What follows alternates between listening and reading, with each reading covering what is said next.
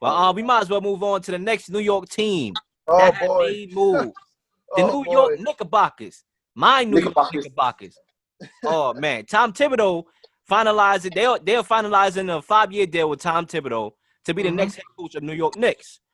Is this a good move? Is this a good hire for the Knicks? And Bad move. I want to sort of. Whoa. I'm gonna school you. I'm gonna school you right off the bat. Wait, you about to school me? Listen, that's like, I don't know how many times the Knicks drafted a defensive-minded head coach. Like, I'm tired. Like, Listen, my brother. yeah, Like I said in the first live. Mark Jackson was available. But no, they want to go with Tom Thibodeau. What has Tom Thibodeau did in Minnesota? Listen. Come on, Denver. Let me school you again. He Like broke in the first topic, I I'll said, sit back. don't rush the process. Trust the process. We have to trust the process. I like the hire for the New York Knicks, and let me tell you why. I know Why? the Knicks, everybody, the Knicks fans, including myself, we want the flashiest guy. We want a Mark Jackson. Hell, Mark Jackson deserves to have another head coaching gig. My former Bishop Lockton Memorial High School alum, he deserves to have another gig. We all know that. But you don't have the stars at this time, at this moment right now. So what you want to do is get a guy that can get the best out of these young guys. When Coach Thibodeau coached the Bulls that year in 2011, they was 16, 62, and 20. They made the Eastern Conference Finals. They were a very good defensive team.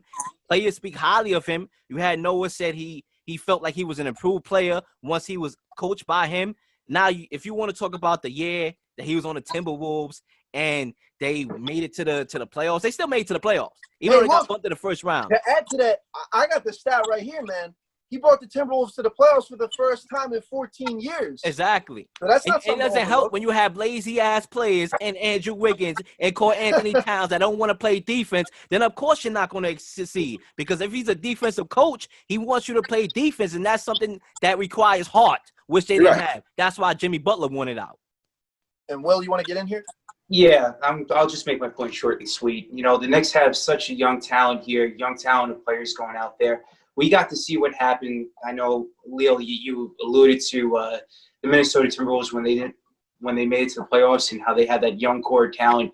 You know, a guy like Kenny Anderson would have fit very well over here. And now you're going to see it from this perspective of with the young talent that's coming in here for the Knicks, they're going to find a way to go out and get the superstar and try and get people that want to play here in New York, as opposed to trying to build around the core talent that's here right now, a la Kenny Anderson, Kenny Atkinson, and what he did with the Nets and with the young talent. But again, you know, let's see what Tom Thibodeau does. And you know, he has the track record. Obviously, when he was with the Bulls, you alluded to 2011, Derrick Rose won an MVP. But that young team in 2009, even though the Celtics didn't have, you know, Kevin Garnett for that playoff series in 2009 against the Bulls wound up giving that team such a hard time. And that was one of the greatest series in the past, like, 10, 11 years going out in the first round.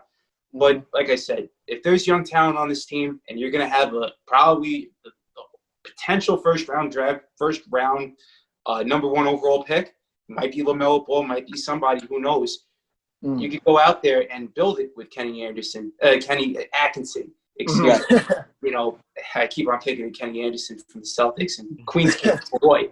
But anyway, you go out there and you draft and you build your team up with the young talent, with the young coach that had a proven track record with the young talent there, as opposed to Thibs. But again, this is going to be a win now situation right now with Thibodeau. And I'm expecting this young core to be gone, a la like the Lakers and LeBron James did at the end of last year, going into last off season. So, you know, see what happens. And for me, I mean, look, Kenny Atkinson, I'm on the same type of boat. I thought that also would have been a great signing because, like you said, he's great with young players. He's a player's coach. You want that with young guys like the Knicks that they have. But honestly, looking at the Knicks, man, I mean, 21-45 last season. Like, they missed the past 7 years. Like, put me and Leo in that coach at this point. Because the Knicks need something. And Thibodeau, like you said, Will, he does have a good track record. He's 11th in career win percentage for coaches with 500 or more games. He was 352 and 246 in 8 seasons with the Bulls in Minnesota. So here's a guy that definitely has a solid track record. And now you take young talent with a veteran coach. I mean, I can't see it going any worse than it's been for the Knicks of the past 7 to 10 years. But here's the thing with the Knicks right now. Every year we keep on talking about this. They always go after the home run and the superstar. Now we got to see what's going on here with the young talent that's in place. You know, New York is obviously a win-now town. We get to see everything what's going on over here.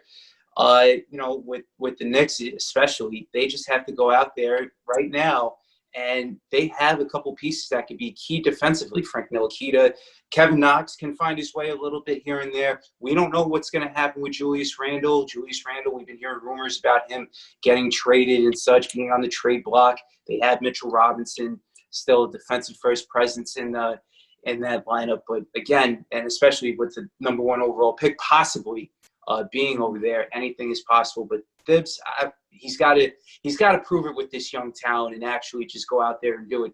This is a pressure cooker right here in this situation. But again, anything is possible. Exactly. I totally agree with you. But go ahead, Cam. Go ahead. I was going to say, what about Dennis Smith Jr.? Like, you think Thibodeau could help revive his career? No. Oh, no. God. Thumbs down for me on him. He listen, with Chris Tapps in that trade, he had his opportunity. He's more of a shoot-first type of guard instead of trying to go out there and try and make the play for him. He's trying to be flashy a little bit, everything like that from my perspective.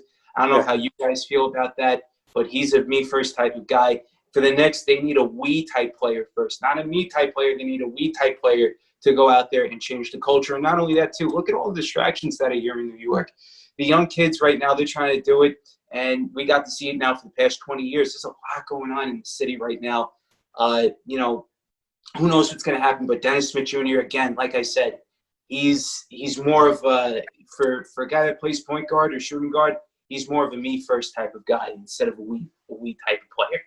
I agree. And you said something very good, Will, and when you was talking that stuck with me is the fact that you're not always gonna have the home run. You're not gonna hit the home run always. I know the Knicks is the Knicks, New York, the market, the radio. However, the antics that come with being New York requires winning and having the biggest stars and the biggest players basically. But you're not gonna get that right now.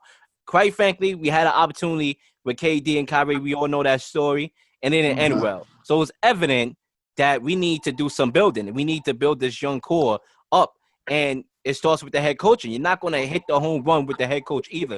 Right now, you want a head coach that can get the best out of his young guys. Now, I do like the Kenny Atkinson, talk. I believe I said that on the radio before, that the Knicks probably would have wanted to look in that direction.